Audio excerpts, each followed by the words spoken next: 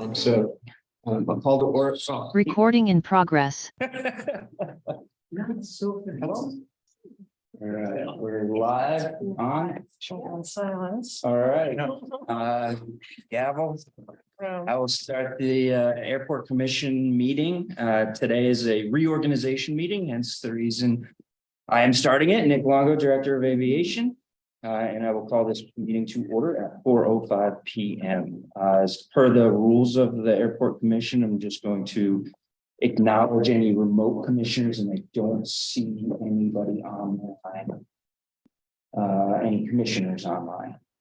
With that, I will accept the motion to amend or adopt the agenda. So moved. Seconded, all in favor? Aye. And we have an agenda, and the second item on our agenda, well, 2.2, I guess, is the election of a chairperson for the Airport Commission. Are there any nominations for chair? I would like to nominate him to continue. I think he's done a wonderful job. He manages the meetings well. And manages us as well as he can be managed typically. So I think he deserves another year, and I am wholeheartedly in support of him. I second that. Any discussion or other nominations? All in favor? Aye. And Mr. Chairman, the meeting is yours. Thank you, Greg. Thank you.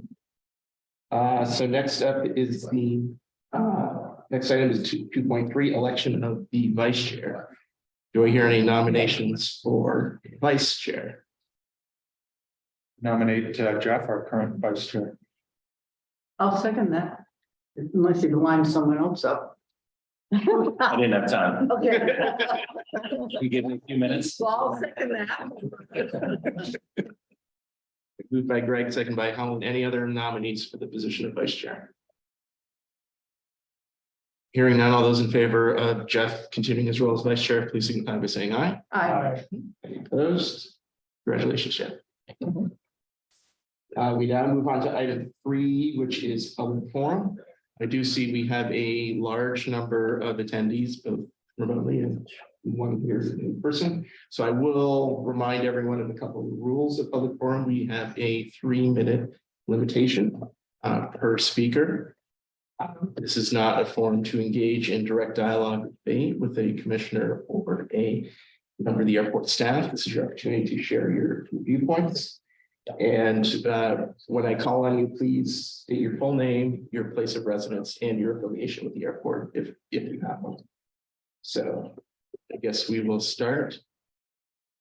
We'll start with Jennifer Decker at the top of the list.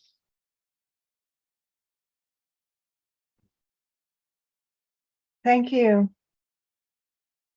Can you hear me? We sure can.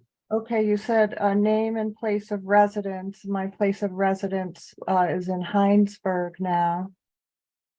And could you please tell me what the third thing was? Any affiliation you have with the airport? My affiliation is that I no longer travel in or out of the airport due to my concerns about climate change since 2015. So it's been over 8 years now, and I'm extremely proud of that fact. Okay. I'm speaking today to tell you that the air traffic and the pollution that is a problem at our airport is really problematic, and that includes the information about lead, and I'm wondering how much lead is in the 22 gallons of jet fuel that the F-35s burn every minute. I believe that we need to ground the F-35.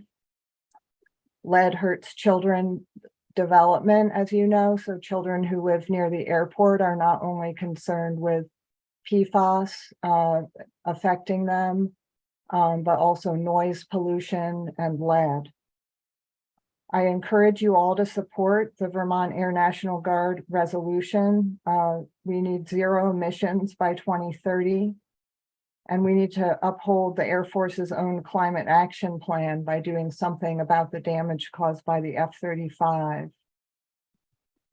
The conversation last month around growth was alarming and jarring. Our planet is burning. We just had the hottest day on Earth on July 3rd, just 2 days ago. I coined a new phrase, mass asphyxiation. That stands for mass asphyxiation. I'm having trouble breathing myself, and I don't know about others here. The heat records will be broken repeatedly this year, and we're entering uncharted territory. So expansion at the airport is not an option, and it's not a legacy that supports human life or life on Earth. VTANG has not been a good neighbor because of PFAS, lead, and noise pollution, and some of us on this call are supporting children and dealing with the life-threatening impacts of the pollution caused by BTV. I ask you to please support the resolution. Please tax private jets. Please ban private jets. And please encourage the leadership of the airport and folks on the airport commission to think simply, stop talking about growth, but live simply so that the rest of us may simply live. Thank you, Jennifer. Next, we have Ashley Adams.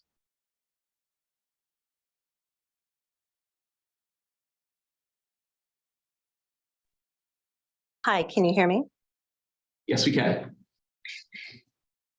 Hi there, my name is Ashley Adams and I own a manufacturing business near the airport and as well as residential rental properties near the airport.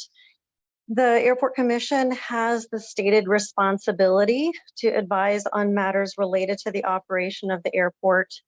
And what really strikes me is that in an era when we're living with a climate emergency and facing ecological collapse, and given the outsized environmental impact of airports, especially militarized airports, this responsibility is more urgent than ever. Given that the Burlington City Council declared a climate emergency in 2019, given that 1% of people create 50% of pollution from airplanes, and given that this airport is host to the climate killing F-35, which is simultaneously harming residents surrounding the airport through crushing noise, and I can personally attest to that on a daily basis, air pollution and PFAS pollution, I'm wondering why this commission isn't actively engaged in these issues. Why isn't this body questioning the hypocrisy of a mayor, a city council, and an airport director who have all publicly professed their concern for the climate emergency, while actively promoting growth at the airport and while ignoring the many harms caused by the F-35. If you are not helping to forge a path to drawing down emissions by decreasing flights, and if you aren't actively seeking ways to protect the community and the environment, then you are perpetuating this harm. I urge you to please support the Vermont Air Guard resolution that will go before the City Council in Burlington, July 24th, calling for zero emissions by 2030. And additionally, I'm asking you to acknowledge that a business model for the airport that seeks perpetual growth is immoral in the face of our climate and ecological emergencies. Help this airport forge a path of responsible growth. Thank you. Thank you, Ashley. So next we have Kurt McCormack.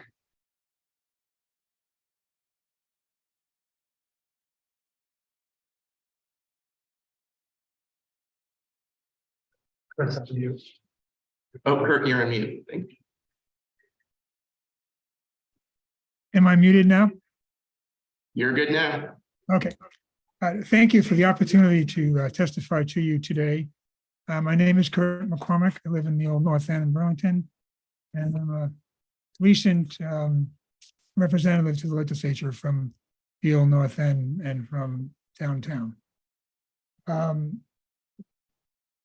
This is a very strange position that I think you are asked to be in by some of us, and myself included.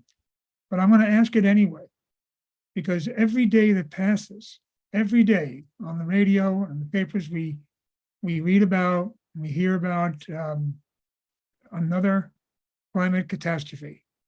And yet we go on as life goes on as if our contribution to that pollution is not connected to the pollution at all, not connected to the climate changing. And we all know it's not true, but we just act as if it was true.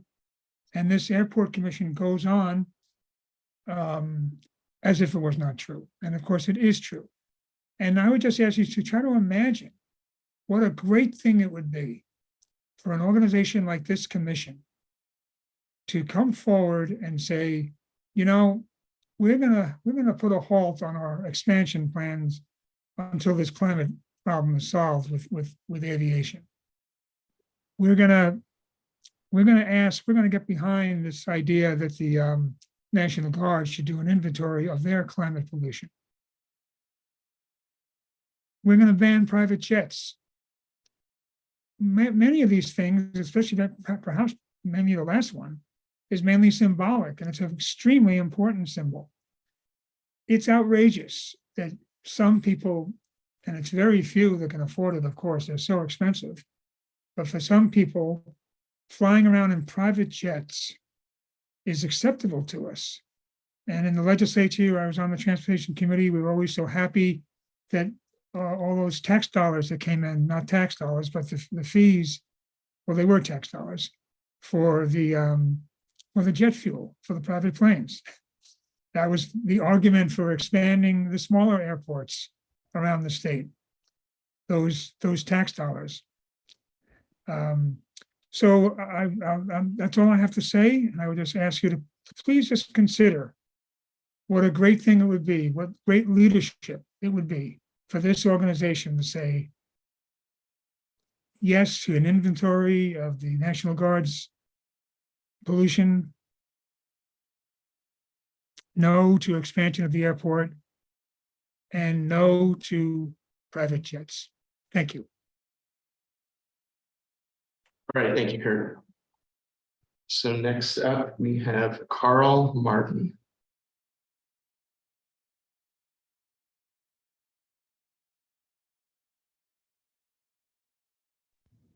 Right there, Carl? Can you hear me? Yes, we can. Thank you.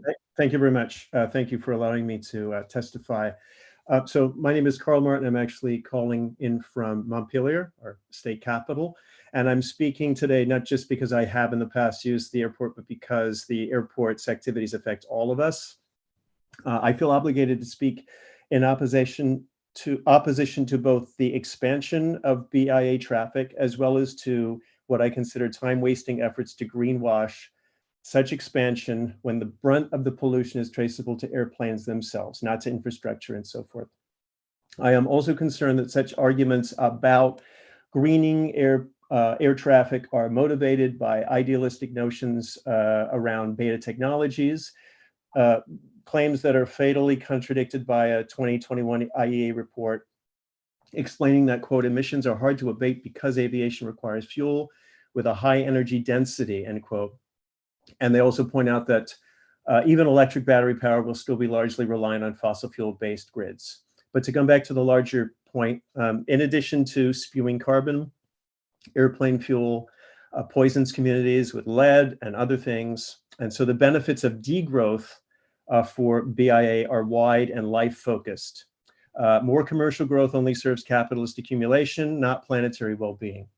I also support efforts to tax and then cut private jet use at BIA, a measure comparable to how France recently enacted a ban on domestic short-haul flights between major cities where public transit exists. Finally, I support the VAMG resolution calling for zero emissions by 2030. That, as has been pointed out, will go before the City Council. I understand that systems are slow to change. There's a lot of inertia. But the commission members and people who can intervene here are not bound to affirm a deadly status quo. And I also appreciate previous comments on the moral implications of the decisions by the commission. Those are my comments. Thank you. All right. Thank you, Carl. You're welcome. So now we'll open up the mic to Duncan Nichols.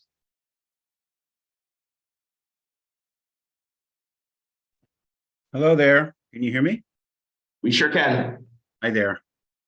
Thanks for having a hearing or a public comment. I'm in Thetford, Vermont, and I'm 67 years old, and I'm a social worker and licensed in the state. And that's not that relevant to this, but I will make a comment about that. And so I'm from Thetford, Vermont, so it's about an hour and a half away. So I'm not very good at speaking off the cuff, but I didn't write things down. I wrote a few little notes to myself, but I'm thinking about growth. And I'm 67, and when I was a kid, my mom was a city politician in New York City. And there was a city planner named Robert Moses. And Robert Moses built a lot of infrastructure. And there was a lot of corrupt money in that. Now, I'm not saying there's corrupt money in Burlington. That's not the point. The point is that by being against a planner that wasted taxpayer money, that became the norm, the moral norm, the high ground. So I think my only comment is that growth is a bad thing now. It might have been a more acceptable thing then, and 40, 50 years ago in America, but it's a bad thing now. So I would say it would be really good if you all could conceive of your jobs there as making a better world, and doing the best job you can in that way. To expand the airport is the wrong thing to do now. I also think that you can think of yourselves as mavericks, as many people are in this situation. They have to think forward. And that's all I have to say. Thank you very much. All righty. Thank you. You're welcome. Next, we have Dan Castrogano. Hi, Commission. Thanks for hearing us today. My name is Dan Castrogano. I live in Burlington. Commissioner Shepler, I just wanted to say thank you for at least bringing up the idea of taxing private jets, and think that the 0.1% should not get a free ride. It should not be able to fry the planet for fun. As was stated before, the hottest ever day recorded in the history of human beings was on Monday, and this airport is a giant fossil fuel facility.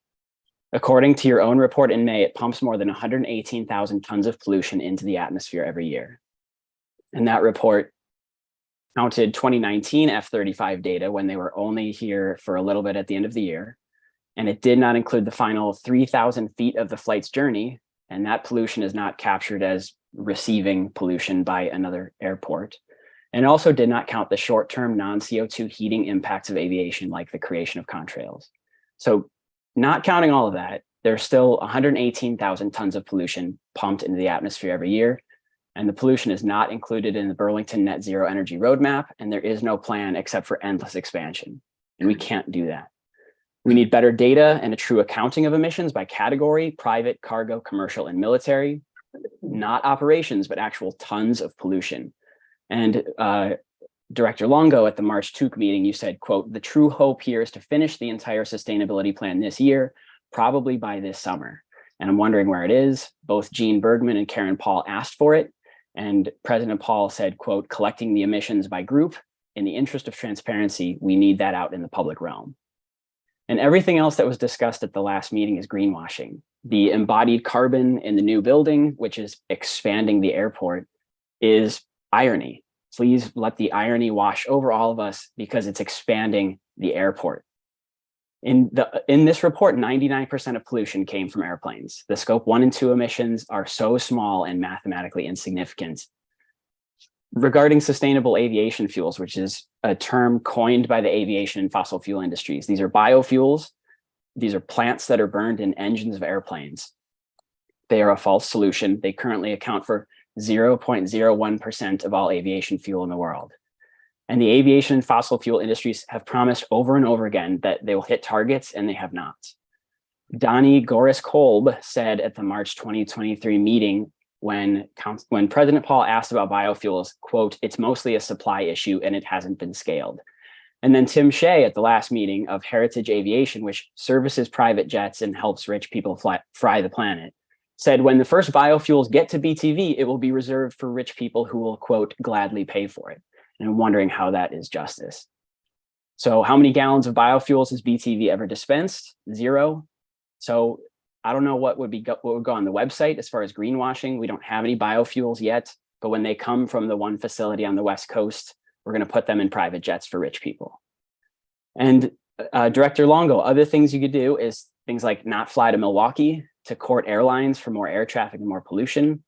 You could reinstate landing fees for the first 2 years for new airlines to not financially incentivize more pollution.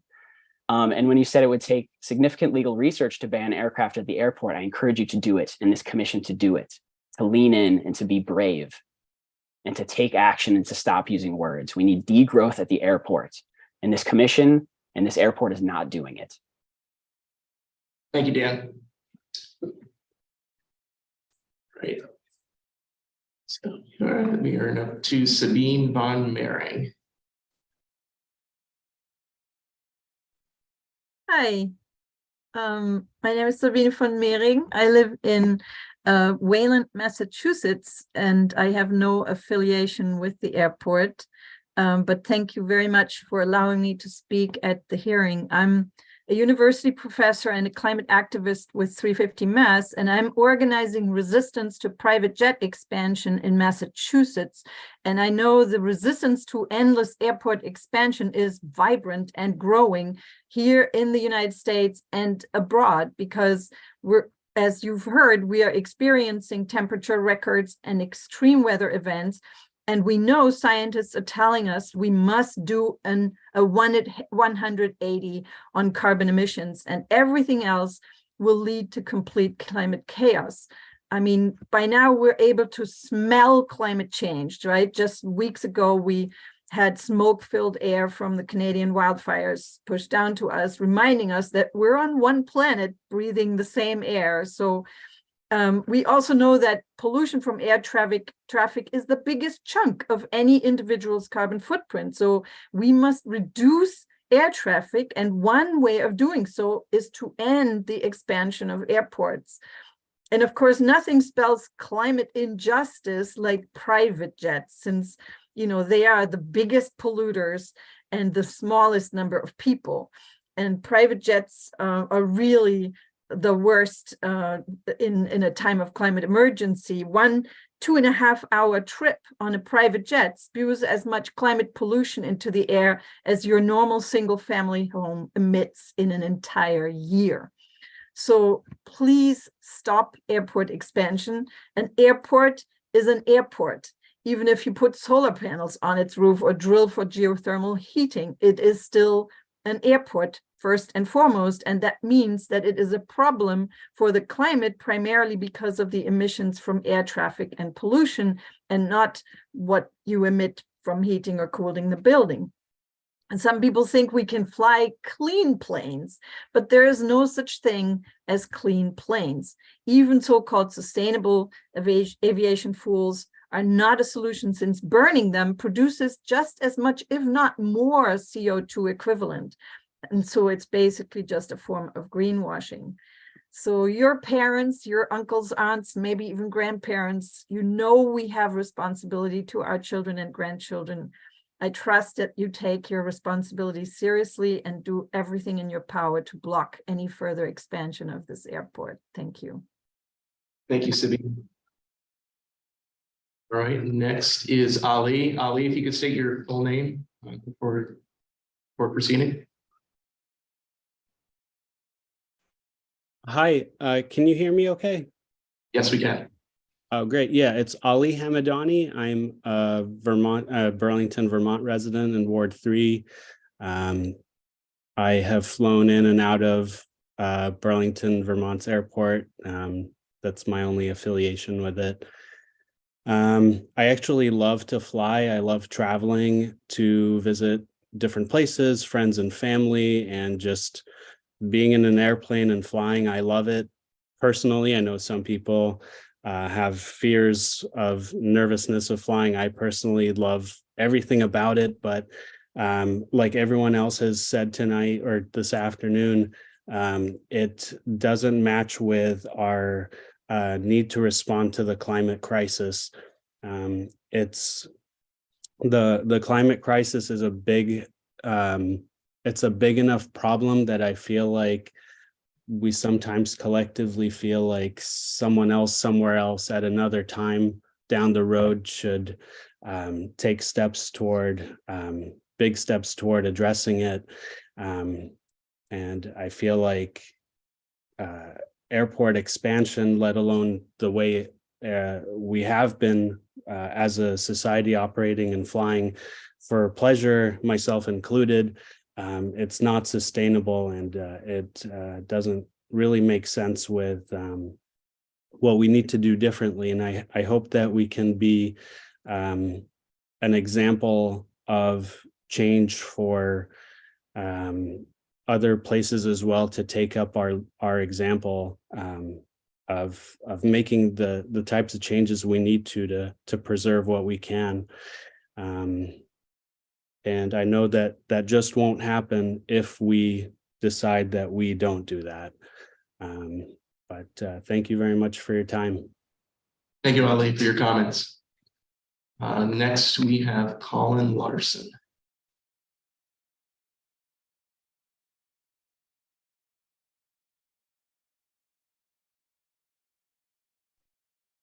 Can you hear me? Yes, we can. Hi, everyone. I'm Colin Larson. I live in Burlington. I don't have any affiliation with the airport. In the past couple weeks, as you know, we all had to kind of suffer from the wildfire smoke. I had multiple sleepless nights because my apartment doesn't have air conditioning, and I had to close all the windows due to the particulate matter. And I know that it may seem kind of far off to think, well, what does this have to do with the Canadian wildfires? But as has been said before, every pound of carbon that we put in the atmosphere from this point forward matters when it comes to these kinds of natural disasters that we have to deal with in Vermont. And it's not just us, of course, it's everyone everywhere in the world. I'm often very concerned about my future. I feel hopeless a lot of the time. And I want to see our city's leaders do something about it. The airport is a super polluting facility. And I think we need to accept a future where there are less flights or no flights.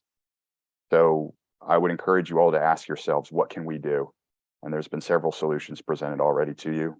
One of those is taxing, eliminating private jets, and then another is investigating the best way to ground the F-35s and military aircraft. And you can also reduce flights overall and not expand the airport any further. Thank you. Thank you, Colin. Next, we have Catherine Bach.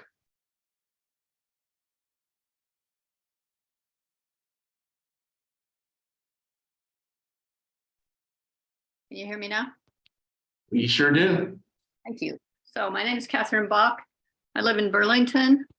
My affiliation with the airport is that I've flown in and out of it a few times. I'm a retired naturopathic physician. When I started working in 1980, I could help people get healthy by just doing simple things with better diet, more exercise, a few herbs, a few other, maybe massage or acupuncture, that kind of thing. And as the years went on, the same therapies didn't work anymore.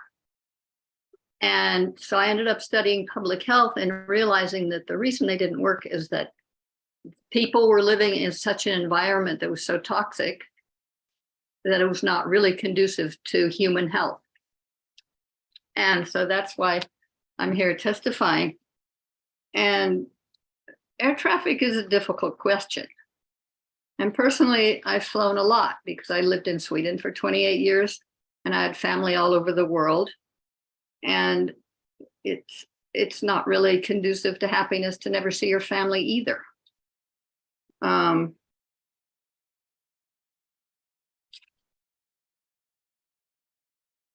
So I know how hard it is to stop flying, but I do try to limit my flights to important visits.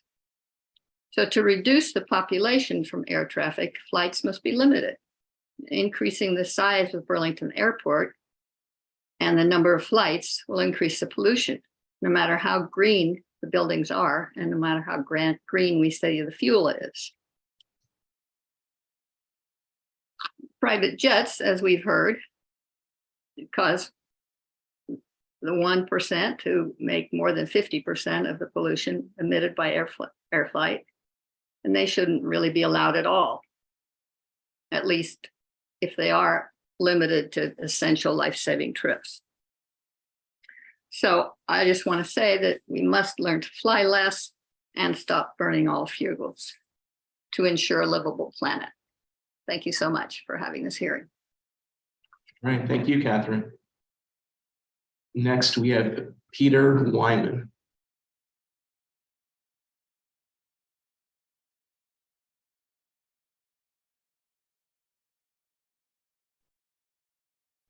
Hi there, thank you.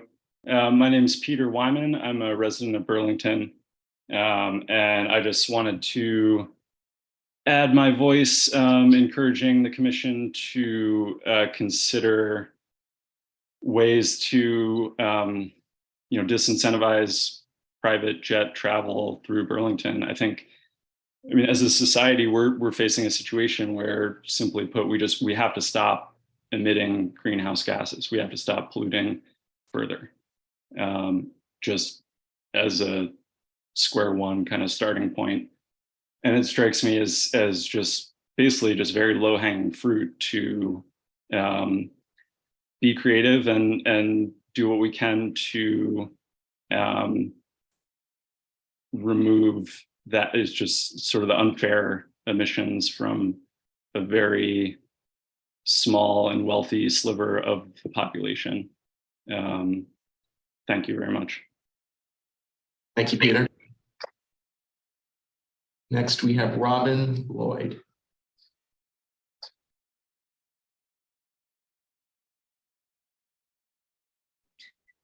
I'm unmuting. Thank you. Robin Lloyd. I live here in Burlington, and I don't want to take up more of your time. I think the people who have spoken are incredibly eloquent.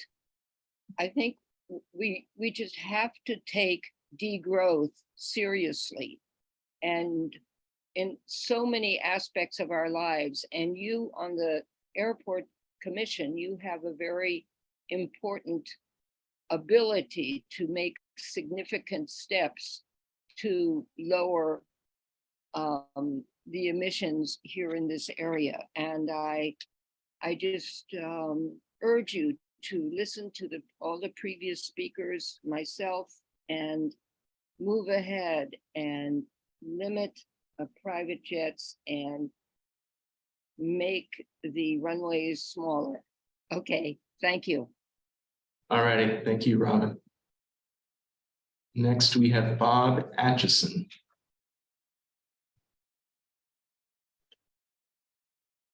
Good afternoon, good evening, everybody. This is Bob Atchison. I live in Plainfield, Vermont, use pronouns he, him. And I lived in Burlington once upon a time. I've now lived 3/4 of a century on this planet. I have 3 children, 5 grandchildren, and it breaks my heart just to look at them and know what they're facing because of the glut and the lies of fossil fuel over this past century for the most part. But it's still not enough for these guys. You know, this is a fossil fuel death project that we're on. They keep pumping it out and teasing people with, oh, well, maybe we can pay $4 a gallon, but you know, the prices are going to go down now to $3.49. Give me a freaking break. And instead of them doing anything to help the problem that they've created, we continue to go on with this death march, and nobody knows how to stop it. We know how to stop it, and it's going to take people in the streets to do so. But you guys in a position of authority if you don't even listen to people that are telling you what the facts are, if you look at the skies and flights were canceled when the smoke was at the height of it, this is a death spiral. And you know what that is. Being an airplane enthusiast. So just keep it up, you know, let's have some more private jets.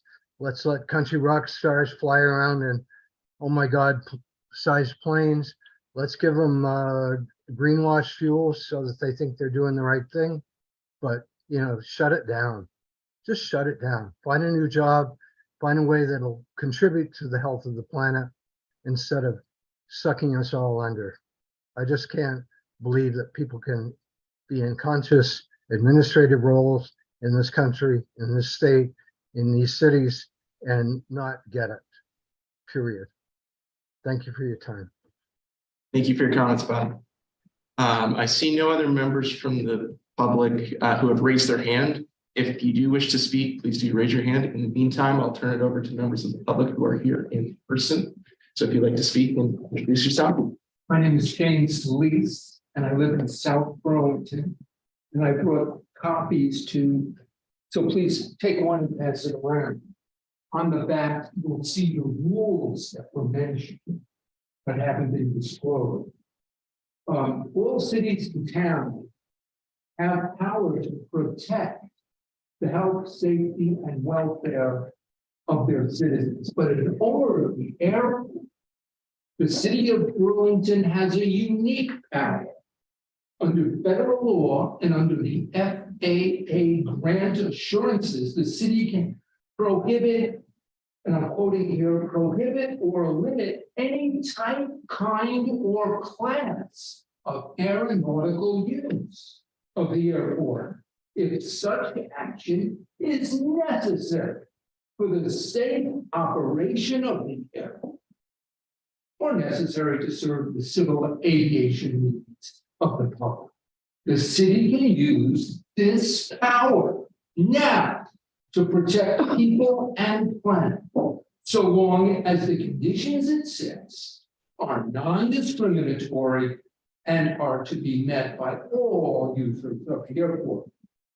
As mentioned, Earth temperature is rising. Burning fuel is responsible for extreme heat waves, forest fires, and air quality degradation, more frequent severe storms, flooding and erosion, more drought and expanding deserts, loss of glaciers, rising sea levels and loss of coastal lands, loss of species, more toxic algae in our lake, and increased risk of pandemic. Therefore, safe operation of the airport includes establishing airport operating standards under the rules that I just mentioned that reduce aviation fuel use. One of the fastest ways the city can protect climate and public safety, as well as implement its 2019 declaration of a climate emergency, is to use its FAA authority to set a uniform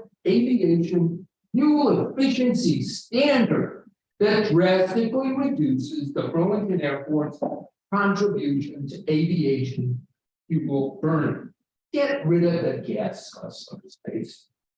Most commercial passenger airliners get close to 100 passenger miles per gallon. Some even get 120. By contrast, most of the luxury private airlines, the ones that exclusively serve a tiny fraction of the 1%, get between 10 and 45 passenger miles per gallon.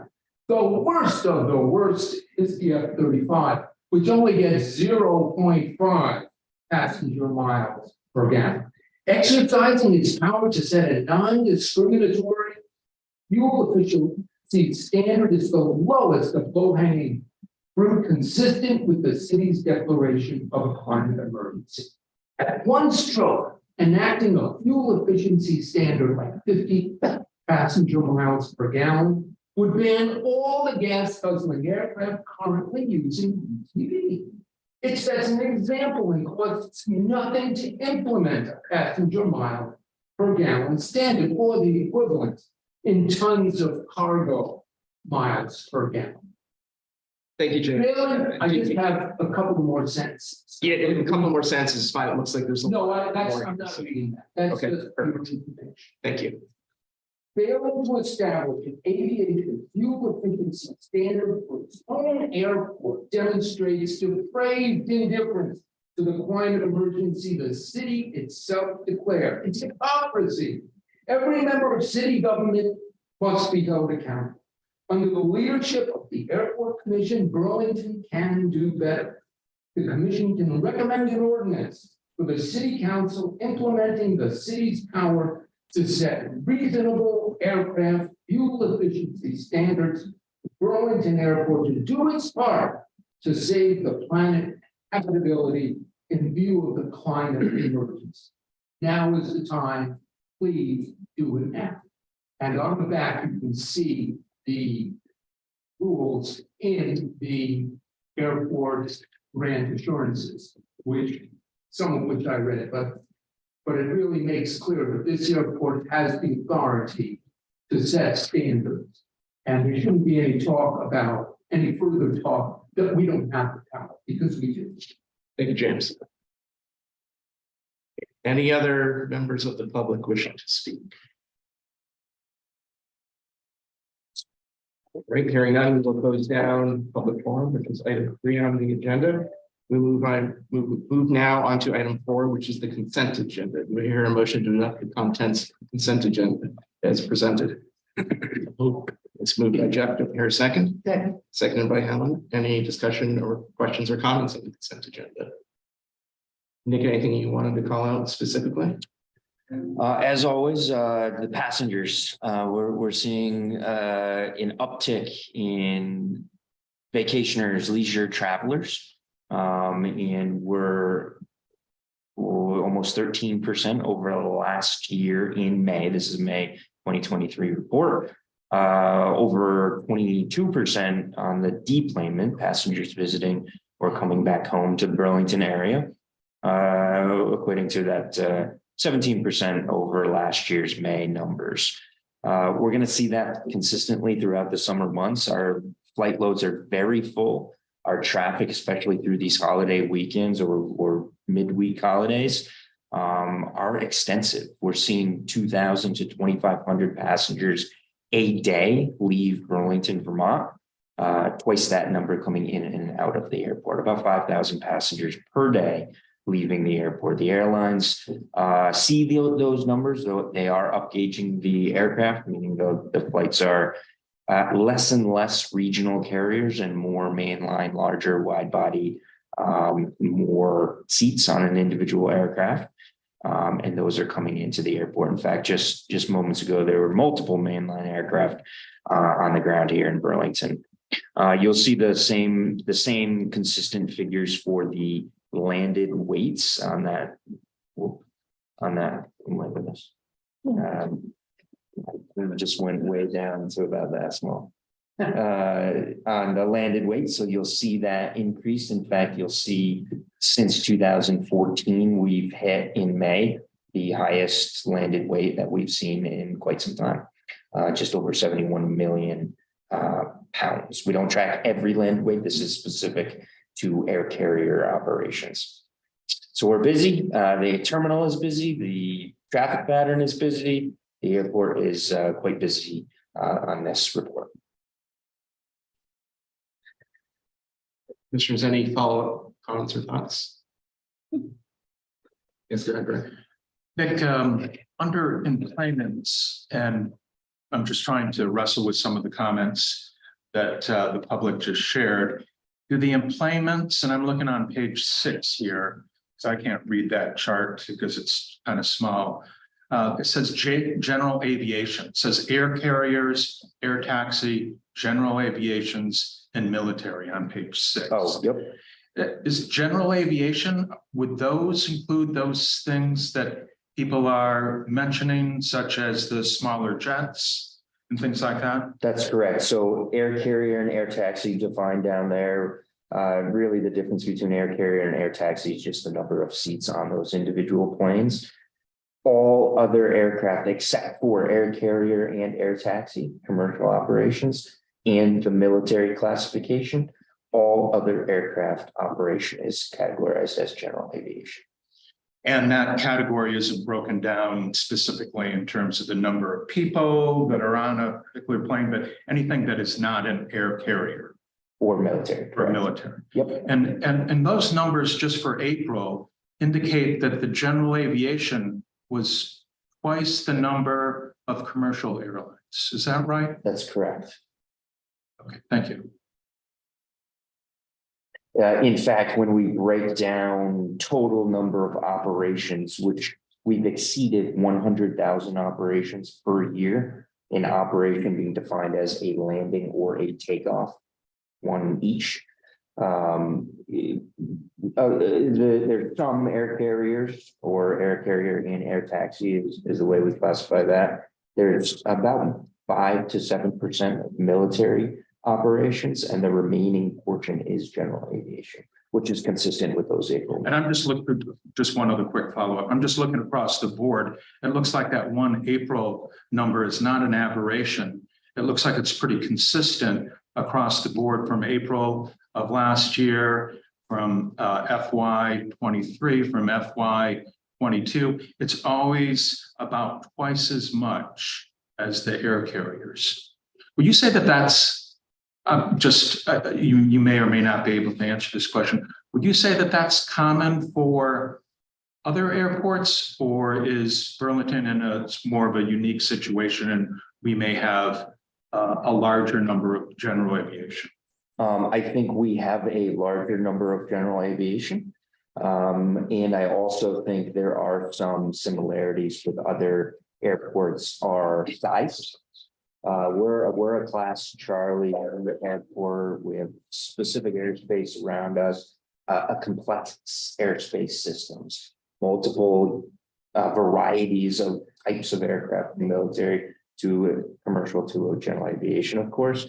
So these numbers definitely contribute to that over 100,000 operations, and one of the busiest airports in New England outside of Boston, Logan, based on a number of operations standpoint. We also have unique factors. We have very large companies like Beta Technologies. We have multiple flight academies that provide Part 141 pilot training to support the pilot shortage that is out there. So there are definitely unique factors associated with those operations numbers here. And the more you talk, the more sort of interested I am in this. So it includes Beta, it includes flight schools, includes probably FedEx, includes people coming to visit on a jet, and just that may have just their family, 3 to 5 people on it, and they've made a flight plan and they're going to land in Burlington.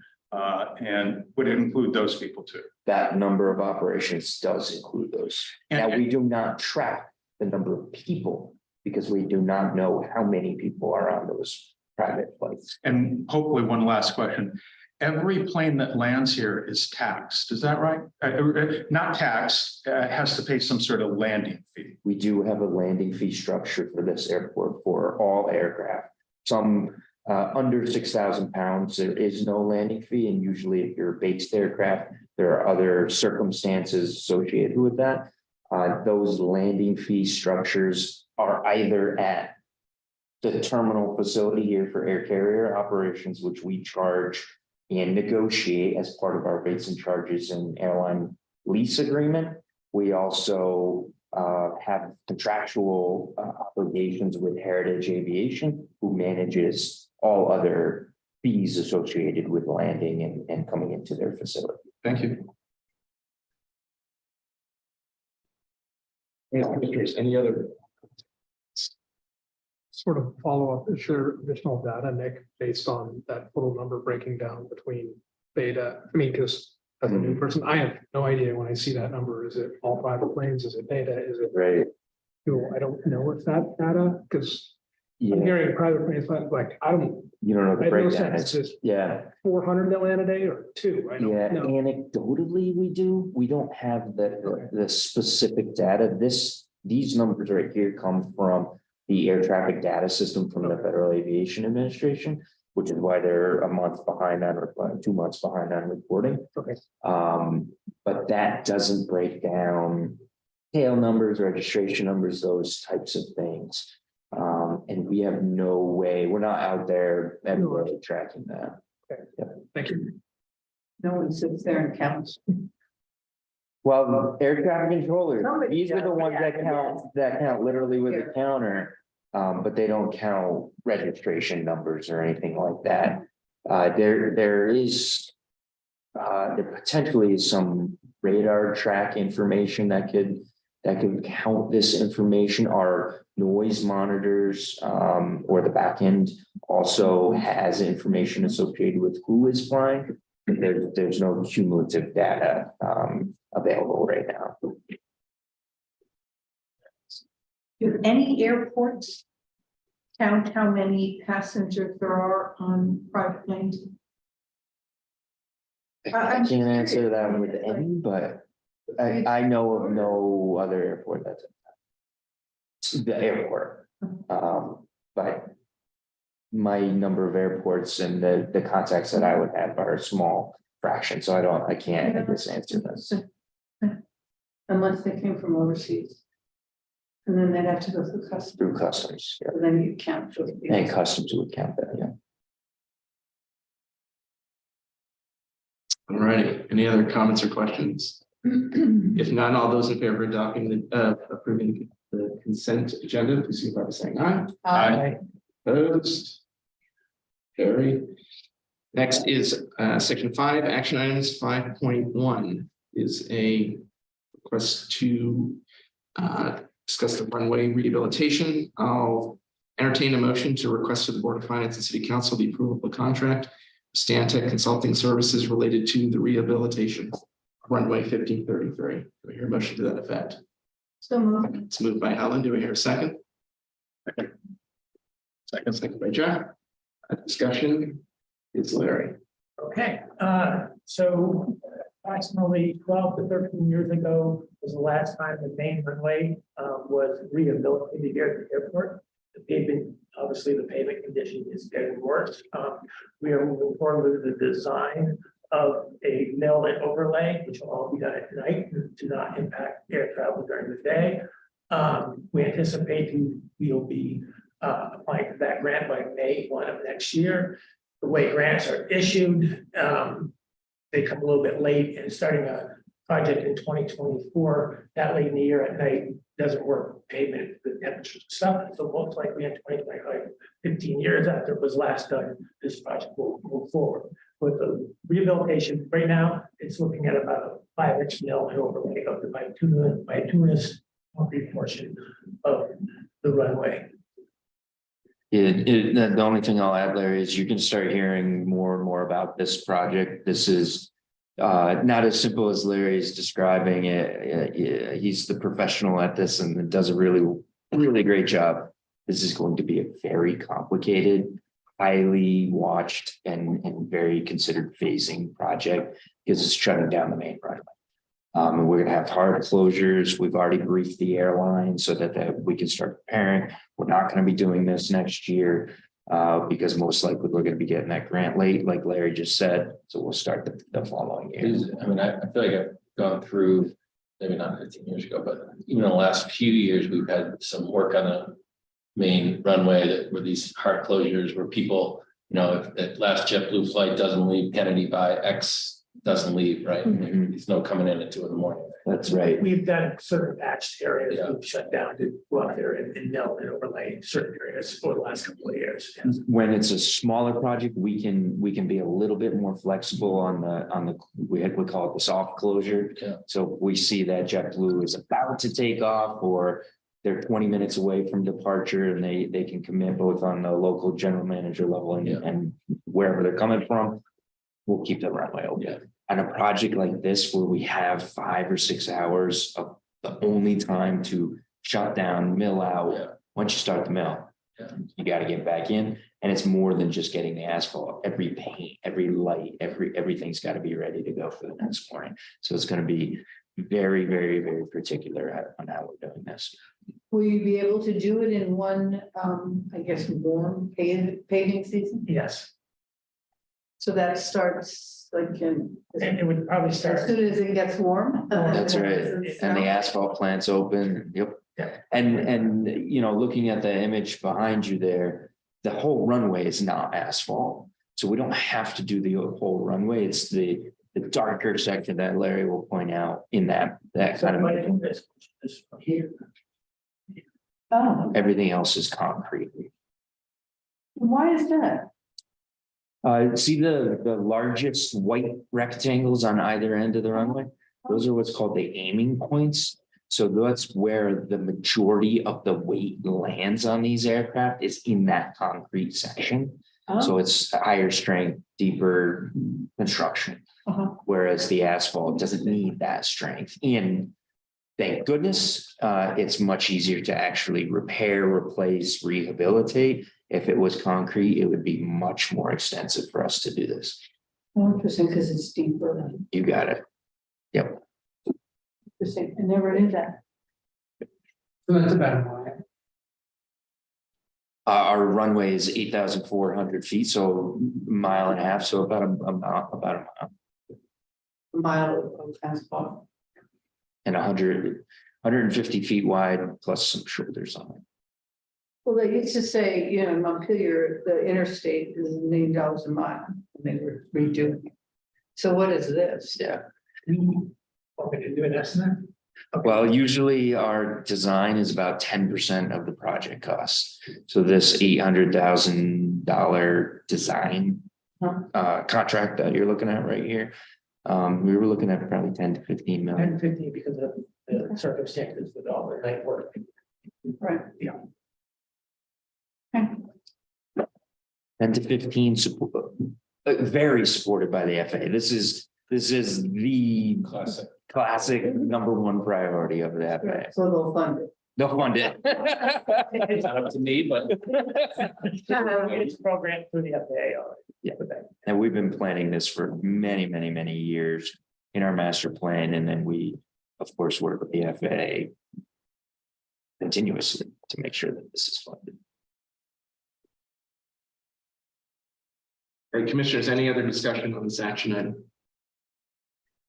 Just in terms of the funding, it mentions on page 17 that 90% is funded with this grant, is that correct? Yes. And then the remaining is state funding and airport PFC. Can you remind me what PFC is?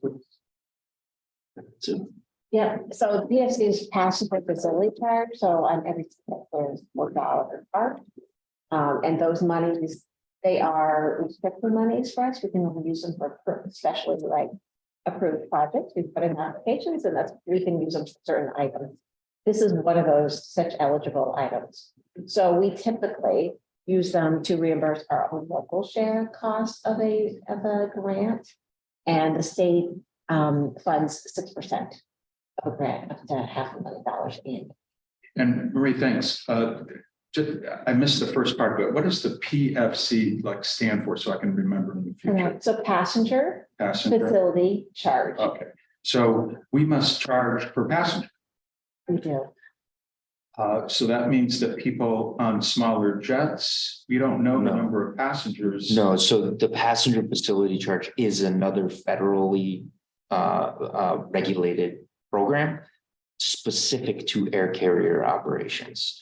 So any airline that operates a specific operation, the airport sponsor can apply to charge the airline funds. Apply meaning we have to show the FAA that we're collecting these funds from the airlines. We get approved for that collection on an airline. We also have to apply to spend those funds, and we have to get approval from the FAA to do that as well. So this is a highly regulated FAA program only for airlines. So not for the military. It is not military or general aviation. Correct. And the airlines also have to have consultation on spending these funds as well. So this is a very specific program to airline passengers.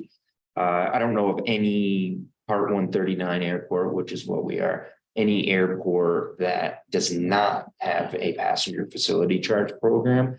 Big airports have a smaller fee because that's the way the law is written. We charge $4.50, which is the maximum dollar amount that we're allowed. We retain $4.11 per passenger, which equates to about $2.73 million a year, which, like Maria was saying, goes to specific projects approved by the FAA. And most importantly, goes towards that 10% of the project cost. Just a couple of follow-up questions. Do you know of any airports that have the PFC, the passenger facility charge, for non-commercial airplanes? No, this program is strictly for commercial operations. It would seem, just out of curiosity, it would seem as if the passenger jets then are using our runway, but not really paying for it. They do pay for a landing fee. So the passenger facility charges essentially, and so do the airlines. The airlines pay for that same landing fee. This is above and beyond that to support airports with local shares, if there are any, or additional programs like a terminal building or other snow equipment is another really big one to support the operation of an airline, which is why it's consultation and all of it. Well, and I suspect that the airlines, the planes are so much heavier that their impact on the highway, or it's not the highway, but the runway is sort of the difference between my Subaru and some big tractor trailer. That's right. That's right. So more weight, more wear and tear. Private jets don't contribute to some wear and tear. That's right. The majority must be the big ones. That's correct, especially the big ones that are full of fuel and full of passengers. Seth, I think, Bree, did you say reimburse as opposed to the money's, or you're expecting the money's in the bank already? Yeah, the airlines are required to submit it monthly. So they submit reports, they submit the information, and we receive that information. Sorry, I should have asked separately. So this is not, you're not borrowing on the anticipation. You have the 450, whatever it is, 450 or 4% match is already in the bank, but it's already in the bank. You got it. We reimburse ourselves. Yep. And you'll see the balance in the PFC bank account on the cash statement. Okay. So it's one of the accounts listed on there. Like an enterprise fund. Right. Municipality. Yeah. And I have it under the restricted funds because we just can't. Yes. The money can't be commingled. We don't commingle it. It has to be used for very appropriate purposes. And we get audited, a separate audit every year just on our PFC program. Yeah. But we do also borrow money, right? In anticipation of grants. Right. On We grants. do. Yeah. Yeah, grant anticipation.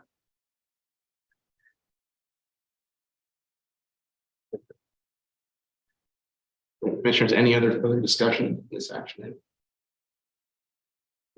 Hearing none, all those in favor, please signify by saying aye. Aye. Any opposed? Approved. Item 6 is the construction update. All right, I don't have really much to add from last month. This month has been, with the exception of what I have on my construction update report, this month has been full of responding to FAA questions on grant applications. So we can get those finalized and then issued this fiscal year, which we anticipate that in probably most of the month of July. So I'm open to questions. You know, I have nothing really other to report than what I've already put in my report. I always had something to add. That's cool. I mean, he does such a great job on the report, but the only things I'll mention are kind of the maybe more obvious ones, the physical changes that are happening with the terminal building. As you drove into the airport, you saw, I think last commission meeting as well, but you saw the new jet bridge that was attached to the end of the building. Not operational yet. We're just waiting for one little wedge is what we're calling it. And that should be coming online very, very soon, which is really critical to our summer operations. Sun Country is starting on that particular bridge, and United uses it pretty frequently as well. The north renovation project is continuing. We've added some tile to various locations of the airport in preparation for a new automatic exit lane systems, which we're going to have one on each exit door. So we will not need to, and TSA will not need to staff these doors 24/7. They will, as the name implies, be automatic, connected to Dave and the security system alarms. So we'll be able to track immediately if anybody breaches or goes backwards. And you see them at many airports. They're coming online. That's all I really wanted to mention. Mostly the The only other thing I can think of is gone around, you've seen a lot of new pavement for we did a lot of maintenance related stuff with new pavement. And parkings will be going down. tonight, right? Parking's out here at night. No rain Right, tonight. I think that in front of the terminal, as you drove in today, that it was all nicely new paved. Mhm. Yeah. Right. Than other areas. Shouldn't I have the answer? Larry, I'm not really sure how to ask this question because it's professional and sort of personal. Okay. So I'm sorry if I'm putting you on a uncomfortable situation. Okay, and so I'm not asking you to answer any personal questions, but I'm looking at number 3 here, the airport master plan update. The purpose of this master plan is to take a look at the airport over the next 10 years. I've only been on this commission for a year, and I'm already sort of feeling that the last couple of meetings have been kind of difficult, with the public comments and such. Okay. And I'm wondering, as the person who is sort of in charge of that, how that, if you see a way to address some of those concerns that they have in terms of areas that could be put on hold for a while. Well, to answer your first question, personally, I've been improving the environment and part of that for 40 years in the state of Vermont and beyond. Okay. Things over time have been improved. Because of my input. So I've been part of improving the environment for a long time. As far as putting things on hold, anything we put on hold would be a detriment because all the aspects of everything we're doing are improving things. So that's my. Thank you for sharing. Larry, I had a question on item 9, which is the sound insulation project that was put on hold. We talked last month, the window supplier had gone belly up. And I was curious if there's been any progress over the last month. There has, we're waiting for the new spec. We have received the updated Buy American, which has to be, obviously all the grants require a certain percentage of Buy American, right? So this either could or could not meet it. There's a review and a public notice period that the FAA does on that. So we have submitted that manufacturer and those windows to the FAA. They have to post that. And I think it has to be posted for 10 days to make sure everybody's aware in case there's another company out there that, can do this, but there really isn't. But so we are still looking at an August start. That's a month and a half beyond what we initially thought. But right now, as of this afternoon in my call with the company that's helping us manage this is to start that in August. We are waiting for the specs, however, for those new windows. Great, good to hear this progress. So when you say we're going to start in August, it's start working on some of the houses. Yeah. Sorry, that's right. So this is because the FAA has to simplify this, so we call it the pilot project phase 1, then which was phase 1, we're calling that phase 2, and that was those, I think, 16 homes that we've gone through to figure out how we're going to move this forward. Okay. So those will be constructed this year. That's the goal. we received bids for the next 52 homes, okay? Which will most likely start in the spring because we don't want to do it during the winter. We're going through all that Buy American and all that other process before we issue a grant for that. We're also going to go before, I think last month you approved, last going to the Board of Finance was scheduled, I think July 17th to go to Board of Finance. You'll get approval to move those 50 homes construction through and the next 50 outreach and design and bid next year. And that would be phase 3. That would be phase 3, then phase 4 will be next year. Right. Okay, so what exactly is starting in August then? Okay, phase 1 and phase 2, which is the pilot, the old pilot, which I had left in here before, the old pilot project and the initial phase 1. Those are now being called, the pilot's being called phase 1, and the phase 1 is now called phase 2. Just keep it simple with the FAA as moves the thing. Phase 1, 2, right now we're working on phase 1, 2, and 3. The first 2 phases are what's coming up in August. Yeah, and then phase 3 will be constructed next year. And we'll be bidding phase 4 in the spring next year. After we design it.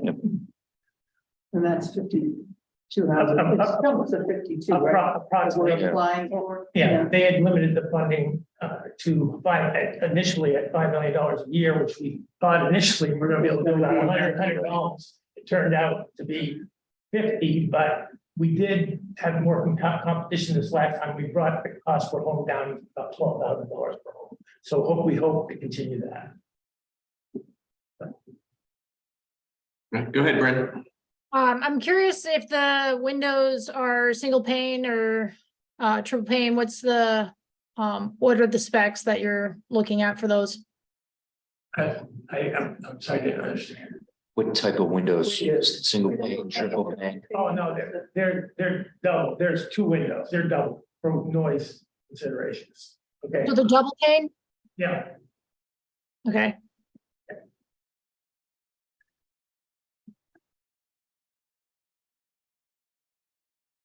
Right, anything else, commissioners, for Larry? Right, we'll go. Oh, go ahead. No, Oh, I'm sorry. that's all right. Move on to item 7, which is the financial update from Marie. Thank you, Tim. So this month we've got the May profit and loss. We have the May recovery, revenue recovery metrics, the June banking balance, and the June grant receivable reports. So under the stimulus grant summary, I think that the only thing that's really changed is in the end of June, we did make our first drawdown under the grant anticipation note. Jeff, you had asked about we borrow anticipating the grants. So we had just received a new grant for AIT 143.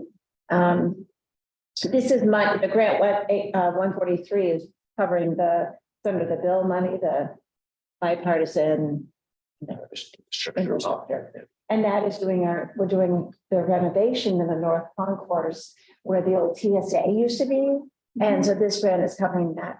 So we just got that grant. We have been progressing with the project. The project is nearly completion with the installation of the automated checkout points. That grant project will be pretty much done. But we were able to draw under the GAN and we should be able to get reimbursed from the FAA shortly. So that's the biggest change that I had. We did borrow for the first time under this particular grant anticipation of the 1.4. And that's a classic example of when we would borrow it end of fiscal year.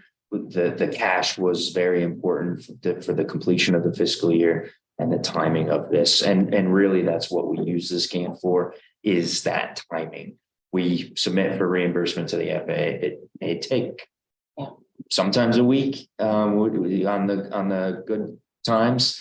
And sometimes it could take several months depending on if it's a closeout or not. Cover the interest, or we use other funds to cover? We use PFC. That's a great question. Yes, and the interest on any borrowing like that is eligible for us to request for reimbursement under the PFC. I think one of those eligible things. Our year-to-date revenues through April were just under $25 million. That does include about $1.75 million in those stimulus grant funds that we had received. The operating grants, so what I do is I want to compare the operating revenues through April from this year compared to last year. And it was about $3.5 million more this year. So just showing the consistency in the recovery that we had compared to what we started with prior to COVID, and we've kind of gone full circle now. So just so I'm clear, the heading says fiscal year to date, 630, but you're saying the revenues are only through April? Oh, the revenues, you know what? Yes, the revenues are through April. You're right. I think I changed the date on there. That's Accidentally. okay. I just want to be, That's clear. I mean, it would have been surprised if you had all the revenue. I would have been very. It would have been a But lot. 5 days ago. Yeah. But it's important because this is not a year end. It is not a year So end. you've got 2 months still of revenue. Correct. I still have the months, additional months of revenue. Yeah. Okay, thank you. I think I'm confusing myself. Okay, anyway, so our expenses were through April were $14.7 million. This is higher. Some of that is because when we went into COVID, we did really scale back on our operating revenues. But also we have at this point, we're able to proceed forward with, we have some additional things like the operation of the quick turnaround, the QTA is also in there. So we have revenues that are offset our fuel expenses specifically for the QTA, used by the car rental companies right out the other side of the terminal here. Those are what we paid for fuel, but you'll see as an expense for our fuel. So that's why our fuel looks higher. But we have those revenues we charge back to the car rental companies, and they reimburse us 100% for all the fuel they use. So it's a net. We also began, if you were to go through the garage, you're going to see we're going to see some areas that we've sectioned off because we're actively working on replacing all of the lights. That it's going to be a 18-month project, but it's going to go all throughout the garage. So we've actively been working on that. And so we're starting to see some expenses that are coming in through that. The cash that we had, but we're doing well with our, even with all of that, we'll still be well under the budget just because I had budgeted for all of the garage project, but it didn't start until the late spring. As the cash update as of June 30th, we had $7.7 million in the international check, we'll say our checking account. We did not owe any money to the city. So that was a very healthy bank balance as we ended the fiscal year. And on that banking statement, you're going to see all of the restricted funds, which include like our CFC funds. Those are the customer facility charge that is through the car rental company that they charge every time, each day that somebody rents a car. So, and then we have the PFC, which is the passenger facility charge account. So you'll see all those restricted as well as our debt reserves.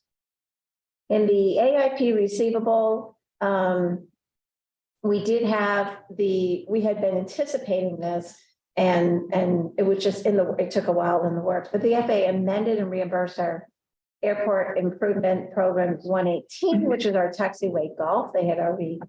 We'd already submitted a closeout package. They'd done that. We were just waiting for reimbursement for change order costs that were in excess of the grant, but they hadn't been approved by the FAA, were prudent and appropriate under the grant.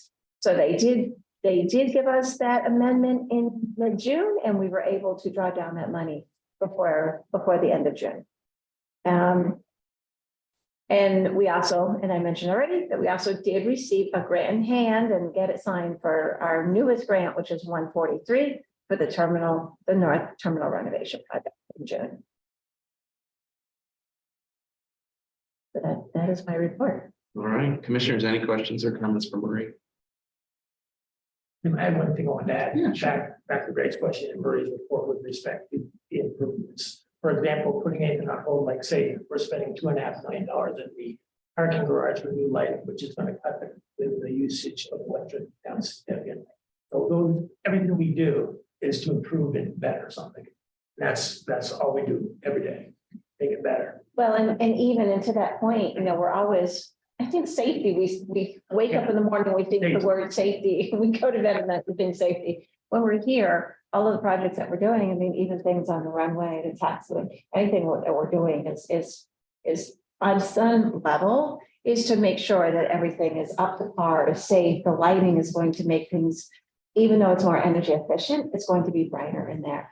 And, we want everybody to be able to feel safe and secure and find their car. If they're getting out of the car and they drop something, to find what they dropped, so things like that. Thanks. Right, Maria, I have a pair of questions for you today. Yes. So on the recovery metrics, it's really interesting because this was designed to show recovery, but it's also showing trends. Yes. And I've noticed that the CFCs have sort of popped out and started to roll over a little bit. Yeah. And just was curious what the story behind that is. Great question. So what we did, let's see, in the fall, so it started in about October, November of 2021. We had discussions with the car rental companies. We were opening up, which we opened up in October, late October of 2021, the new QTA, which is a quick turnaround facility. It's a fueling, car wash, cleaning that they do each time we have a rental car come in. They prep it and get it ready to turn around and go back out for the next customer. So that facility, when it opened, we had to build that facility. And to do that, we had accumulated our CFC, our customer facility charge, into a bank account. So we had about half the money that was necessary to build the QTA, and the other half we borrowed for, which we did a 10-year lease on. So with COVID hit, and what happened is we had, we didn't have very many people that were flying through or renting cars. So our revenue stream from the quick turnaround from the CFCs, that revenue stream, well, that took a really, really big hit. And when that did, so our bank account it was sufficient. It never ran out of money or anything like that, but we knew that there were going to be additional costs with running and operating. A lot of the cost of operating the QTA comes out. We have an agreement. We're able to use those CFC funds. That covers that. We don't pay anything out of airport other revenues for this particular facility. It is all, has to be self-sufficient. And so we worked with the car rental companies and to ensure and do proper due diligence as we were recovering in our passengers and the number of CFC revenues. We raised it from $4 a car to $6 a car. And we did that for 1 year. So they kind of implemented it when they rolled it out and pushed it through the customers. I would see customers that were coming, it was a year that each car rental agency did that. So what you're going to see is you're seeing a recovery in numbers, then you're seeing the $6 charge implemented. So you're going to see a spike, and then kind of leveling off as the customers are becoming, and then you're going to start to see it coming down. We're going to level back out again because now we're back down to $4 per car So we had kind of we had this great bump in there, but you're not going to see that number. You're going to see it flatten out a bit. And when did that switch back to $4? Depending when they implemented it, but they all implemented it for a year. Okay, so staggered date. It was a little bit staggered depending on the car rental, but when they moved in the facility and when they got it rolled out in the computer system, but they all did it for 12 months. Do you know the date of the last one to roll back to $4? It was the spring.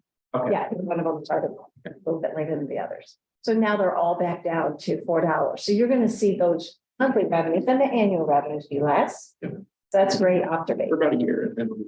Yes, Yep. you're going to see each month. You're like, oh, it's a little lower than that. Anyway. But clearly the numbers are Right, further right. than 2019 Yes. transactions. The revenue isn't down as much as the decline rate. Right. That makes sense. And then my other question is, we talked about this at the last meeting with the passage of the legislation, the debt ceiling. Mm-hmm. There was the conversation about clawback of unspent federal funds. And I think if I remember correctly, you were just about to go to a seminar or something like that. And so I'm just curious if we So learned anything. we're hearing on our side, and of course, we continue to know this. But what we're hearing on our side is that it was really unencumbered, ungranted funding that may be, potentially available for clawback. Things that there are grants outstanding on that have already been issued are not going to be subject to the clawback. That is what we're hearing. As far as what we're doing with our stimulus monies, we fully intend to use the rest of those monies this year it'll help we build that into our budget, even with the expectation of the revenue. But we're anticipating this to be the last year that we're using, and we'll be fully expediting and using up the funds that we have. So even though some don't expire until 2025. That's correct.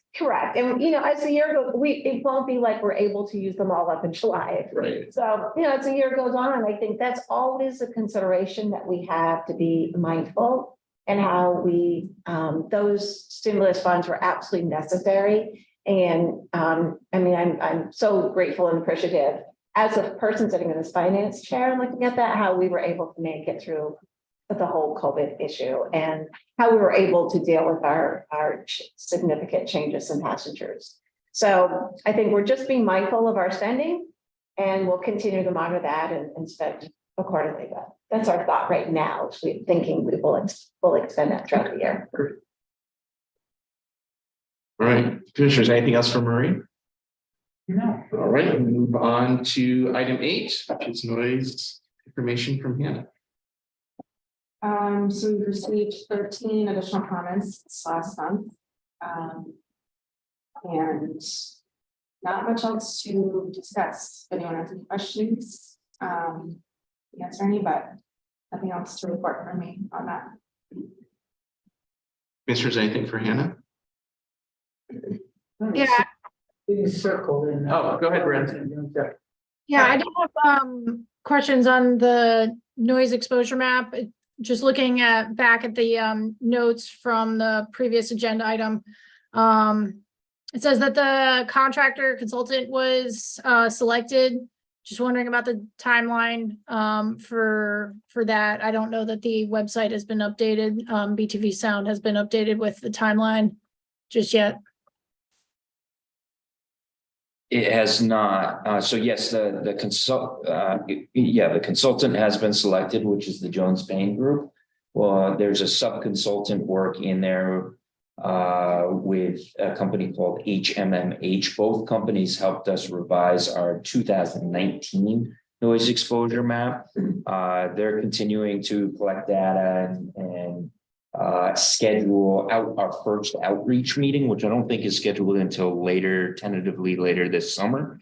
We're going to host really an outreach meeting. What is a noise exposure map? What the procedures are, a meeting of that nature, and to present the historical context of previous noise exposure maps.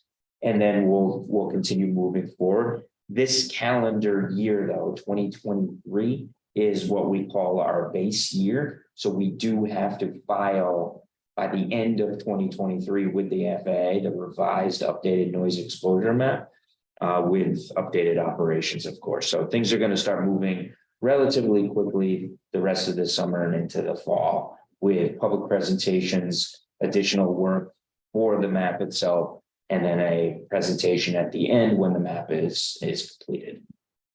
Do you anticipate, how much notice do you anticipate being able to give for the public engagement opportunities?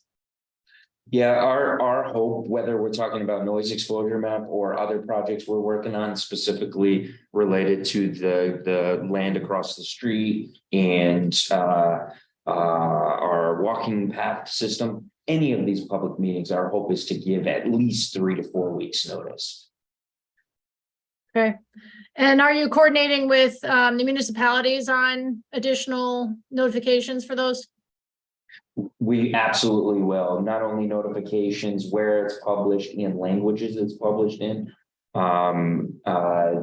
Working specifically with Winooski and any municipality that would go out.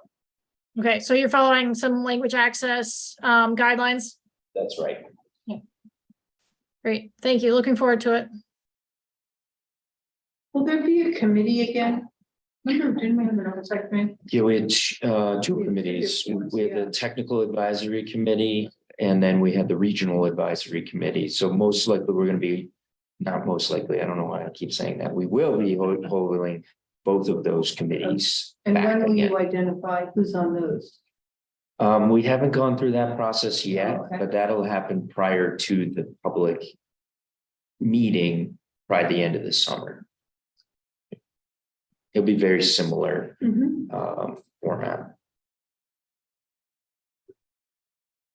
As someone who hasn't, what is this through, from 666 through June 27th? Is that January, June fiscal year, calendar year, what? So I should have listed it on there. I have, I think every other time. It's June 2021 is when we So implemented that onto made that possible for people to provide feedback on tvsound.com on that portal there. Got it. So it's inclusive of all comments from the period of that time, beginning to present. Yeah, we'll that's a great comment. We'll definitely add it. And these are, so that's, I think my second question was, these are specifically logged complaints through website or whatever? Yeah, through the portal that we listed on VTV. Lee calling Nick, okay, this is someone. These are logging on, logs so- online. Yes.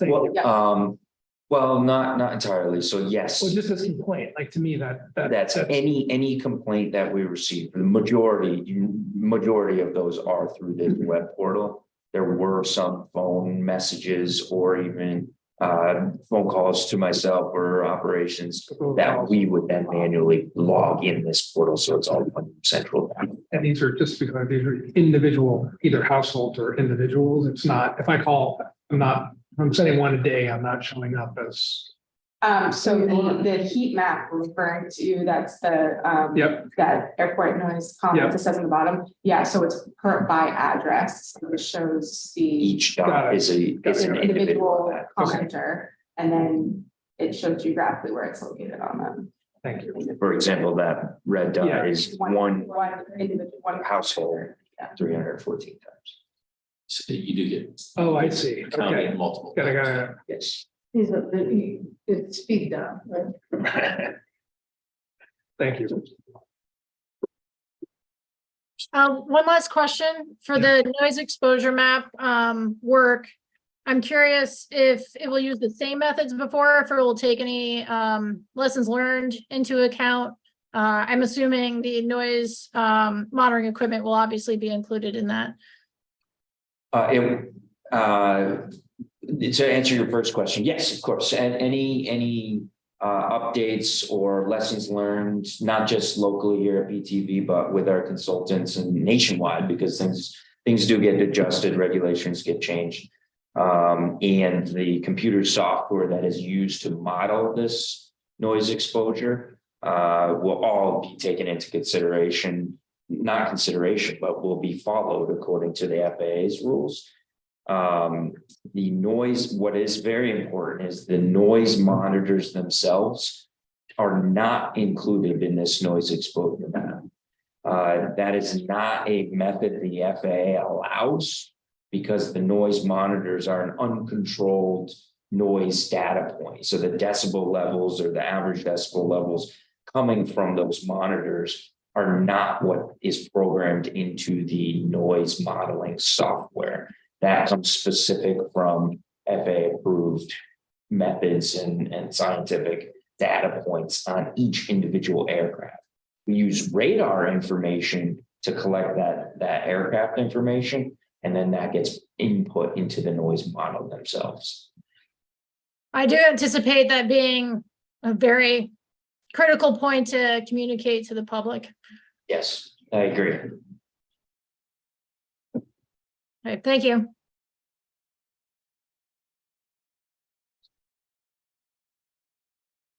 All right, commissioners, anything else for Hannah? All right, move on to item 9, which is the director's report from Nick. I have a quick report to you. I know last time I reported that Hannah and I were headed on the road. We did go to Milwaukee to visit with 8 individual new airlines. Very successful trip, very encouraging trip. And we continue to work with additional partners, including incumbent partners, to look at what the demand is for the airport, what routes are successful, and what routes may be increased, upgauged, different size aircraft, or additional routes added to the Burlington Airport. Very successful. This was a really, really great meeting, again, in person. handshaking hands with corporate corporate network planners from each one of these individual airlines, and I would say very, very successful. Quick update on the Team BTV, not just who you're looking at here, but the 50 or so employees here at the airport. Everybody is working incredibly hard. Like Larry and Marie and all of us were saying before, we have new pavement, new projects, new maintenance, new facilities requirements, lots of painting happening out on the airfield as well, inclusive of the new pavement. Dave and his teams are preparing for our annual FAA inspection happening, not next week, but the week after, July 18th, I believe. Yep. So that's incredibly important annual inspection that happens usually over 3 days with an FAA inspector coming on site for that entire time.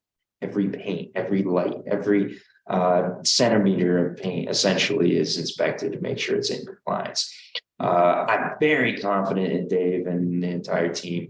It looks really good out on that airfield, and I'm expecting a really, really great inspection.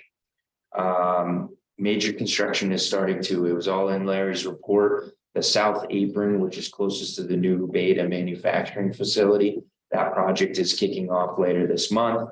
Our taxiway Alpha, which is the taxiway immediately adjacent to the terminal ramp. Again, another highly complex and highly coordinated project with our airline partners that starts July 24th. So prior to our next meeting, we're going to see a lot of construction happening out on that airfield, which is great. We also celebrated our employees. We had a night out at the Lake Monsters game. We brought our employees with their families out and had a great trip June 30th, last Friday, which was fantastic. I heard first fish. No, Lily did, one of the kiddos from one of our families. Yeah. Oh, that's cute. Yeah, it was fantastic. With a visit from Champ himself. I did hear some action items today, both in public comment and in the conversation here. There is a resolution currently circulating through the Burlington City Council, mostly related to action items to the Vermont Air National Guard. I don't necessarily support the entirety of this resolution. However, again, it's intended towards the Air National Guard, providing really there's two therefore clauses associated with only having a simulated training mission at the Vermont Air National Guard, not a flying mission, which I do not support. There is another therefore clause though that asks the Vermont Air National Guard to share flight information and fuel information, which I can support and would align with our sustainability reporting that we do, which is great. Is that the resolution that it is, that was referred to a couple times okay, today. but that was talking about, well, from that, I understood, I thought they were saying the resolution was no more development here and no private, is that? I'm not aware of a resolution of that okay, nature that's yet. just some additional issues, okay. Additional issues, and these are being presented to the Transportation, Utility and Energy Committee, as a subcommittee of the Burlington City Council. That resolution was passed by the two and presented to the full City Council, I believe, later this month. Will you make sure the commission gets a copy of that too? I can. I'd just be curious. I can. Thank you.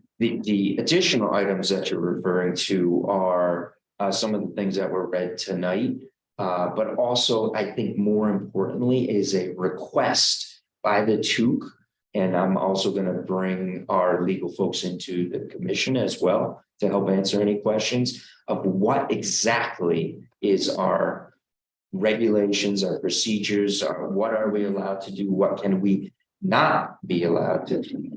And that will be our attorneys from our Washington, D.C. Third-party attorney that helps us with these types of issues, not just with us, but around the country at many, many different airports.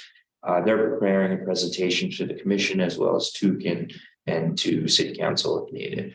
And that is the item related to either not allowing certain aircraft, which we are not allowed to do, or even putting taxes or fees or carbon goals, or excuse me, emissions goals for each aircraft, that type of scenario. So those, excuse me, our attorney's office will come in and present those types of legal standpoints and guidance. I'm going to bring them in onto the August 2nd. I think it's August 2nd. Okay, okay. It'll also be on most likely the next transportation committee. And I'll offer that committee if you want to join that or digitally join or at least watch the video. Thank you. That is all I have for you. Jacob will present next. Oh, yes. Oh, yeah, that's an action item. Oh, okay. Sneak preview. All right, commissioners, anything for them? No, that's good. Nick, I was wondering, early on, you mentioned the resolution on the Air National Guards and that you supported the information in terms of what's going on and some of the aspects in terms of the chemicals or whatever. But you said that you did not support the other part of that, which was changing the way that you said it made sense, whether it was sort of a landing thing or just a simulation thing. I'm not using the words that you use, so but you said it much better. I was wondering if you're comfortable explaining why you don't support that. Sure. So there's very specific criteria on the evaluation of what fees are associated with the Vermont Air National Guard and what fees may be associated with us to the Vermont Air National Guard. We have a joint use agreement that goes through this fee structure of what is the cost of our joint use facilities that the Air Guard uses. What does that cost us? What does it cost the Air National Guard to provide the sole aircraft fire and rescue services at this airport? It costs us much less to operate the ratio of military operations specific to our runway, which is essentially the joint use infrastructure that they use. It costs approximately $4 million a year in salaries alone for the operation of the firefighting station, the only station at this airport. Without a flying mission and without that joint use calculation in that partnership, that calculation is much different and would look very different on the associated costs to the airport within our own operating budget to provide those firefighting services. I also support the Air National Guard. I support the flying mission of the Air National Guard and the support that they provide, not just on the firefighting services, but beyond. So I think that's it. But the financial piece specific to our budget is the critical component to us in them providing well over the cost of the joint use services, providing that service. So if we breached that contract, then we would need to get fire rescue equipment, we would need to train people, we would need to have the water and chemicals needed in order to provide that feature. That is a high probability without a flying mission. Not just the $4 million a year in the salaries, but the cost of the infrastructure would be on us. Or if there was no firefighting services provided by the Air National Guard, that's also a major consideration, right? Obviously, the worst case scenario. The $20 million in infrastructure, the $4 million in capital equipment associated with their trucks and their services, and the training associated with it. I just mentioned our what we call our Part 139 or 14 CFR Part 139 annual inspection. Today, our annual inspection is the collaboration of the Air National Guard and the FAA through us to provide the checklist to go through that inspection. Without the Air National Guard, that inspection would take a day or two to go through training records and equipment, making sure the proper equipment is stationed. Thank you. So first, for those I don't know, I want to introduce myself. I'm Chippies. First meeting, welcome. Normally, I would have had an opportunity to introduce myself, but we were all running late. I did serve for 10 years on the city council, 4 years. So some of this is a little bit of deja vu. I've had the F-35, one of my first meetings was a discussion, a very heated discussion that lasted till 3 a.m. on the F-35. And that was not the first. So this is, in my assessment, at least the third incarnation. I appreciate through public comment and other, I know I have my role of what this commission does based on my read of the charter and my understanding. A lot of what is being asked from my perspective is beyond the purview of a non-policy making body. So I'm certainly willing to listen to public comment and discussion around the table, but I don't see any of us or this commission as having any, if the council wants to ask our permission or what we think about certain policy, great, happy to weigh in on that. But beyond that, I think much to the disappointment of many people who come to these meetings and expect something and asking for us to be leaders, at least from my read of the charter, that is not within the authority of this body.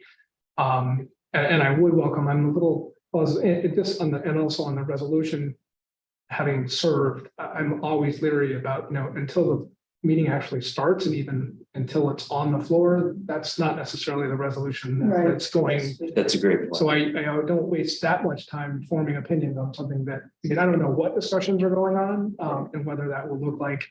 I'm also a little fuzzy on some of the other, the expansion, or it's not clear to me whether anything has been asked of this body or if it's just public commenters who sort of looking. So, that's something, Nick, we can maybe circle up on after. I'm just not sure what Took is asking or not, but I'm looking forward to this. Having said that, and look forward to working with you all. So thank you. Chip, you didn't get that memo that the first person, your first meeting, you're supposed to bring the donuts? I did not. There's usually that Hazel process. I didn't get that memo. Meeting conduct. Next meeting. No. A little late today for donuts anyway, but That was my fault for not making introductions. I started the meeting today. Not used to starting a meeting. All right, commissioners, anything else for Nick? All right, so we move on to item 10, which is commissioner items. And so just sorry, I thought we were there. I messed up your meeting. That's okay. That's okay. It's okay. So that's where we normally bring up things, I highly encourage those to be submitted in advance so that the public will know what topics are going to be spoken about in that section. But I never want to prohibit a commissioner from bringing anything up. So there was nothing submitted in advance, but commissioners, do you have anything that you'd like to bring up at this time? I would just like to ask, I certainly, the airport, the area over the residents close to the airport are really interested in the conversations about the park. And so as soon as you think it would be helpful for the commission to hear that, I think it would be good to have that as an agenda item so the public can also weigh in because they're very, very concerned about that. And I don't have the answers because you're negotiating that or discussing it. Yeah. So Absolutely. So the more transparent we can be, I think, the better in terms of, people say, well, that was a decision made, privately, and now you're just bringing us the fait accompli, and they don't like that. Yeah. I mean, most people don't. No. you know, The- kids or anyone. Yeah, the great part is there's no decisions that have been made. Yeah. Besides that, we want to invest in that area with a community, a park like a multi-use bike path, if you will, that connects to existing South Burlington bike path walking systems. Timing is great too because of the updated city plan that's happening. So we're working with city staff in South Burlington to talk about those timings so that they go to not just the public hearing and public process within the city planning process. And then we can also join with that process and hold public meetings in a presentation to the commission. That would be good. So that's just like, if it's up, whenever it's ready. Perfect. All right, anything else, commissioners? All right, we'll move on to item 11, which is follow-up items. So 11.1, queue permits for taxi drivers. Nick, anything there? Yeah, no further action from me right now. I know there's a request still pending from me to you to raise the queue permit quantity. I'm not ready to do that right now. In the meantime, as I discussed in the past, we've updated signage, presentation of where taxi operations are, and we're also working with the Vehicle for Hire Board of the City of Burlington to continue to work with that board as well as taxi drivers on that. Sure, it's very clear what is available here. So no further action on me for that. Okay. But we'll keep it on the list. Yes. All right. And then item 11.2, a briefing on the North Terminal building. So super excited to get this briefing to you, both on financial plan and a total presentation of what this new building will look like. That is scheduled for August 2nd with our engineers and architects. So you can see 3D models and general concepts of what we're moving forward with. We're only 30% designed on this right now.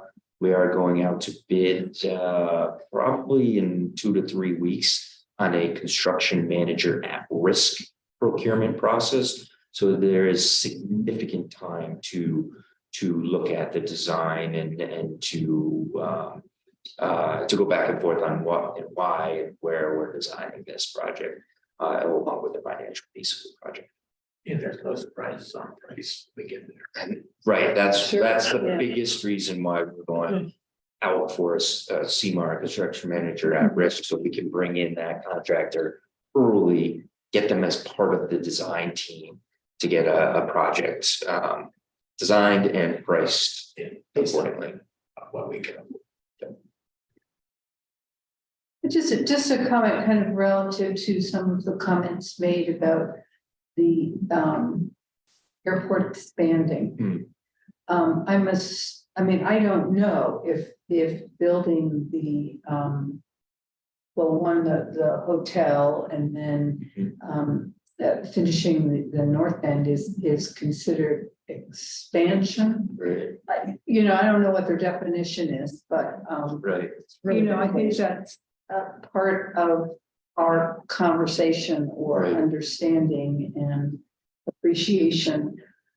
Particularly, when you said you've been looking at additional airlines, and if all of them want to come here, is there some point when we need another runway, or is that, I'm looking at the map and I'm thinking, wonder where a second runway could go. No second one. I'm not sure there's room, So but I don't know that much about it. So is that kind of the tipping point, or where you make decisions about how big you expand? Sure. So the terminal, like Larry is saying, it really is a replacement. So we're removing 4 jet bridges. Yes, Adding 4. But it is more square footage. It is a different building. It is changing the experience of our passengers. Safety and efficiency. It also enables larger planes, right? It enables larger planes, more efficient planes. It also adds elements of, right. It also adds levels of electrical uses versus GPU or auxiliary power burning fuel to run there are auxiliary systems or computer systems. We want them to use the electricity off of this building. And along with geothermal and different ways to heat and cool the buildings, which right now we're not using. We're using natural gas and those types of things. So we're moving away from them. We very similar to the terminal building and the city needs of our terminal building. We evaluated that during our master planning process under very strict FAA guidelines, rules, really guidelines on what a building should be based on the number of passengers. We do the same thing for our runway. What is our capacity constraint of using our runway? If we doubled in the number of operations, and our runway and our capacity here does not require an additional runway, even if our operations expanded dramatically. There are other methods that, and we do have 2 runways. There's other methods and other landing procedures that can be used for that type of capacity. We're not even close to that, and that's all laid out really nicely in our master plan of what we need out in the airfield to the terminal and beyond. You're right. I think we've talked about this at this meeting before. The word expansion and it could be perceived very differently, and we are growing for sure. There are more operations, and we have a major demand for those operations. We have hundreds and hundreds of thousands of people using this airport outbound only, almost 1.5 million people a year flying in and out. That doesn't account for all the passengers, or all the people that are not actually flying, visiting or meeting or greeting or sending a loved one off. So the capacity of this building all takes that all into account. And like Larry was saying, the bottom line, when we look at this terminal building and Project Next specifically, when we look at that building, we do have constraints on what size aircraft and the efficiency that they come in. But more importantly, we have safety constraints out there on our terminal. And we have safety proximity constraints with existing taxiway and runway infrastructure that we need to change. And that gets brought up during our 139 inspection. I'm sure it will be brought up again this year. So we do need to keep those into consideration. Like Larry said, to make things better, to make things more efficient. Well, yeah, it just seems like, I guess the solution they see is we just don't fly as a society, or not very much. Right. Which is a different discussion than anything this commission can determine. That's right. I think it's very important, like the email I read last commission meeting, though, this is something we cannot do. We cannot disallow any type or any type of aircraft otherwise we're sacrificing our grants in perpetuity and our future grants moving forward. So and this is what our legal team will come in. That's right. Okay, that's the follow-up item on 11.2, hearing for on that topic. We move to item 12, which is adjournment. Do we hear a motion to adjourn? Moved by Helen, second by Chip. Any discussion? All those in favor, signify by saying aye. Oh, Bryn. Oh, yep. Okay. Thank you. Thank you, Bryn.